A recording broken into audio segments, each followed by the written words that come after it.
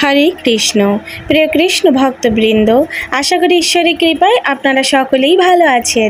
আজ আপনাদের নতুন কিছু জানাতে চাই, তো আসুন শ্রবণ করা যাক। সনাতন ধর্মে কেন মৃত মানুষকে আগুনে পোড়ানো হয়, আসুন জানি। এই প্রশ্নটি কোনো ব্যক্তি সাধারণ হিন্দুকে করলে সেই সাধারণ হিন্দু জবাব তো দিতেই পারে না। এর ফলে সনাতন ধর্মে থাকা ব্যক্তিটির মস্তিষ্কে সনাতন ধর্মের বিরুদ্ধে কাজ করতে শুরু করে। এভাবে করেই মূলত ধর্মান্তরিত হয় একজন হিন্দু। তো আসুন এই প্রশ্নের যাতে আমরা উত্তর দিতে পারি তার যথাযথ উত্তরটা আজকে জেনে নেই। পঞ্চমহাভূত সম্পর্কে আগে জানুন। আমার কথাগুলো মেলানোর চেষ্টা করবেন সবাই। সনাতন ধর্ম অনুসারে এই সমগ্র পৃথিবী পঞ্চমহাভূত দিয়ে বানানো হয়েছে। শুধু পৃথিবীই নয়, আমি আপনি সকল জীব উদ্ভিদ পঞ্চমহাভূত দ্বারা সৃষ্টি এবং পঞ্চমহাভূতের কারণেই বেঁচে আছি। এই পঞ্চমহাভূতকে আমরা ভগবান বলেও ডাকি। আসুন দেখে নেই এই পঞ্চমহাভূতগুলো কি কি ভগবান। 1. ভূমি, 2. গগন বা আকাশ, 3. বায়ু, 4. আগুন, 5. নীর বা জল। এদের একসাথে মেলালে ভগবান নামটি হয়। এই 5টি বস্তুর দ্বারাই আমি আপনি সমগ্র বিশ্ব ব্রহ্মাণ্ড সৃষ্টি হয়েছে। এদের কারণেই বেঁচে আছি। কিভাবে দেখুন, আমি আপনি এবং বিশ্ব পঞ্চমহাভূত দ্বারা সৃষ্টি হয়েছে।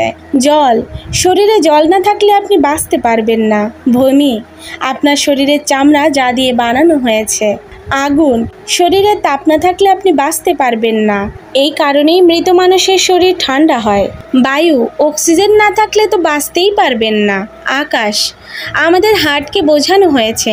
ধরুন আপনি সিগারেট খান, এতে আপনার হার্টের যেমন ক্ষতি হবে, তেমনি আমরা যেমন বিভিন্ন কলকারখানার দূষিত ধোঁয়া বায়ুমণ্ডলে ছাড়ি, ফলে পৃথিবী উত্তপ্ত হয়ে থাকে। ঠিক একইভাবেই পঞ্চমহাভূত দিয়ে সমগ্র পৃথিবী সৃষ্টি করা হয়েছে। এই 5টির মধ্যে একটি যদি পৃথিবীতে না থাকে তাহলে সমগ্র পৃথিবী ধ্বংস হয়ে যাবে।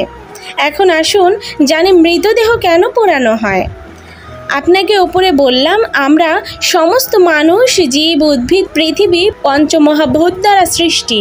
তাই মৃত্যুর পরও আমাদের শরীরকে পঞ্চমহাভূতে বিলীন করে দেওয়া হয়। আপনি যখন মৃত শরীরকে দাহ করতে যাবেন তখন খেয়াল করে দেখবেন এই 5টি উপাদান লাগবে। আগুন, জল, ভূমি, গাছ ও আকাশ। আগুন ছাড়া দাহ করতে পারবেন না। দাহ শেষে চিতায় জল দিতে হয়। ভূমির উপর দাহ করা হয়। গাছ লাগে, আবার বায়ু ছাড়া আগুনও জ্বলবে না। আকাশে ধোঁয়াগুলো উড়ে যায়। তাহলে হলো না? রাধে রাধে। গোপলীলা কাহিনী এই চ্যানেলটির উদ্দেশ্য হলো আপনাদের হৃদয়ে কৃষ্ণ প্রেম ও ভক্তি জাগ্রত করা। আমাদের যে কোনো রকম ভুল ত্রুটি ক্ষমা সুন্দর দৃষ্টিতে দেখবেন এবং এরকম আরও নিত্য নতুন বিষয় জানার উদ্দেশ্যে আমাদের চ্যানেলটিকে সাবস্ক্রাইব করে আমাদের পাশে থাকবেন। রাধে রাধে।